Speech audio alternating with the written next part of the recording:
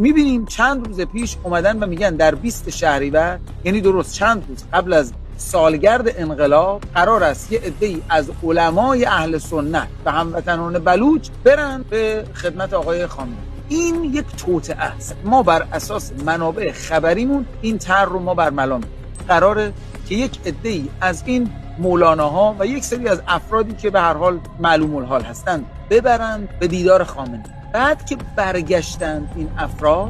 این افراد تعدادی از اونها، صحبتی که شده 3 تا 5 نفر از مولوی ها قراره که علنا ترور بشن در زاهدان. موتور سوارانی میان و اینا رو به رگبار میبندن، بعد میان در بوق و کرنا میکنن که اینها کسانی بودند که به دیدار ولی امر مسلمین جهان رفتند، آقای خامنه‌ای، و بعد این رو میخوان از اینجا به گردن مولوی عبدالحمید و حامیان مولوی بندازن. ما امروز در مقابل دوربین این طرح رو برملا کردیم، یعنی هر کدام از این مولوی ها که حالا اگر این ریسک رو بکنن و به دیدار خامنه‌ای بروند، ترور بشوند، این کار سپاه پاسداران